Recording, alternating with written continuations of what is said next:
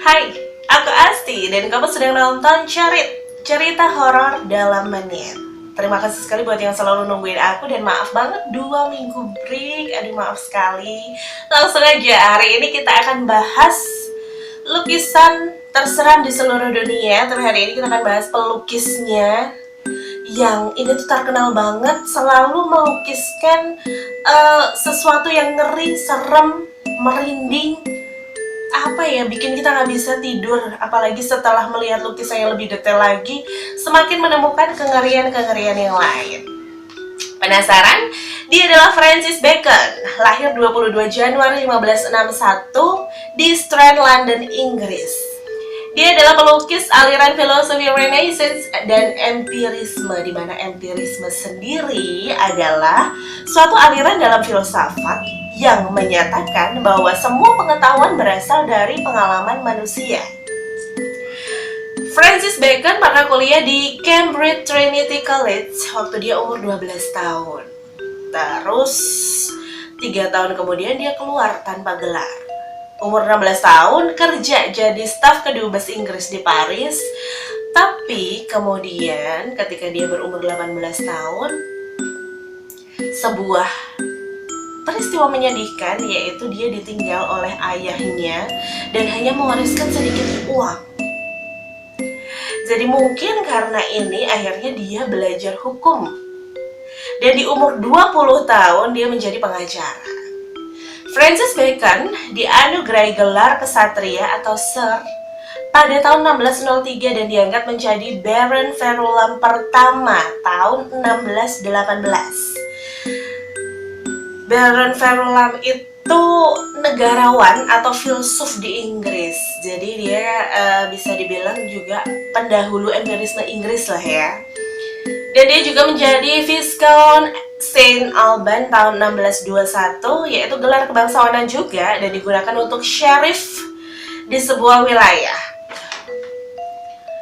Dan pada akhir hidupnya, Bacon melakukan percobaan untuk mengawetkan makanan dengan menggunakan salju. Akibatnya, dia terkena bronkitis yang kemudian merenggut nyawanya pada tanggal 9 April 1626, usia 65 tahun di Highgate, London, Inggris.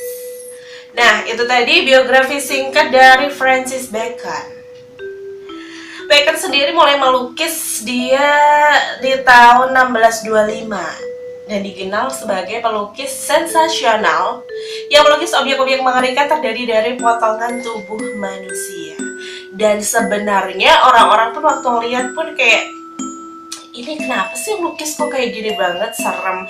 Dia mau apa sih gitu loh, maksudnya maksud dari lukisannya itu apa? Untuk mengkritikkah, untuk menggambarkan peristiwakah? Karena orang-orang merasa aneh aja gitu loh. Orang-orang biasa melukis sesuatu yang indah-indah, yang bagus-bagus, tapi kok si Francis Bacon ini melukisnya ngeri-ngeri gitu kan. Sampai suatu ketika ada peristiwa pada tahun 1945, yaitu pembunuhan massal di Nagasaki dan Hiroshima. Tahu lah ya, tragedi bom atom yang membuat masyarakat merasa akhirnya, oh, ternyata Francis Bacon mau menggambarkan hal-hal seperti ini gitu. Jadi mereka berpikir bahwa lukisan-lukisan Bacon itu memberi realita yang dipenuhi oleh rasa ngeri. Dan ya gimana gitu, maksudnya realita perang memang seperti itu gitu. Akhirnya mereka mulai berpikir ke situ. Walaupun sebenarnya Francis Bacon ini ngelukis bukan buat itu. Dia emang suka aja ngelukis potongan-potongan tubuh, terus kayak sesuatu yang bersifat ngeri-ngeri gitu. Dan akhirnya lukisan dari Francis Bacon ini sering dikaitkan dengan simbol-simbol peperangan, simbol-simbol kengerian, penyiksaan tubuh manusia, di mana tubuh manusia kehilangan makna dan direduksi hanya sebagai seonggok daging yang gak ada nilai. Para ahli menyarankan untuk melihat lukisan ini secara sadar karena efeknya bisa bikin mimpi buruk. Katanya sih, mau dicoba silahkan. Karena ini terbukti selama 2 minggu yang lalu aku mencoba buat mengulas lukisan ini. Semakin dilihat semakin mual, semakin dilihat semakin pusing, semakin dilihat semakin bikin nggak enak gimana gitu ya. Jadi aku memang menyarankan untuk kalian yang mau lihat lukisan-lukisannya, silahkan dalam kondisi sehat dulu. Kalau belum sehat gak usah nonton kali ya. Ini dia lukisan-lukisan dari Francis Bacon yang aku kutip. Sebenarnya banyak banget lukisannya gitu, cuman aku ambil beberapa aja. Ada Head for Man with a Monkey, Three Studies for Figure at Base of a Crucifixion, Screaming Pope, Figure Study, Dying on the Toilet, Crucifixion, Painting, Second Version of Painting, dan yang terakhir adalah Self-Portrait.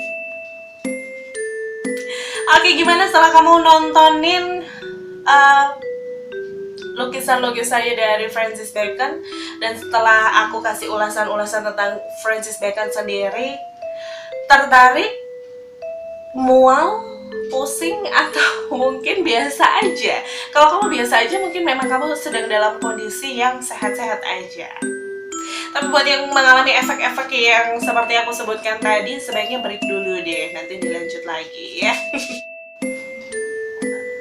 Oke, terima kasih buat yang sudah nonton, dan jangan lupa untuk like and subscribe. Terus juga nyalain notifikasinya biar kamu tahu kalau ada video baru dari aku ya.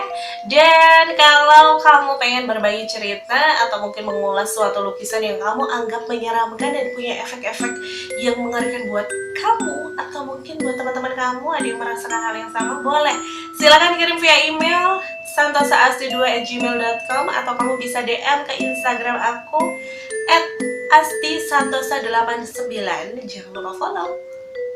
Terima kasih sekali, sampai ketemu minggu depan dengan cerita yang tentunya lebih menarik lagi. Oke.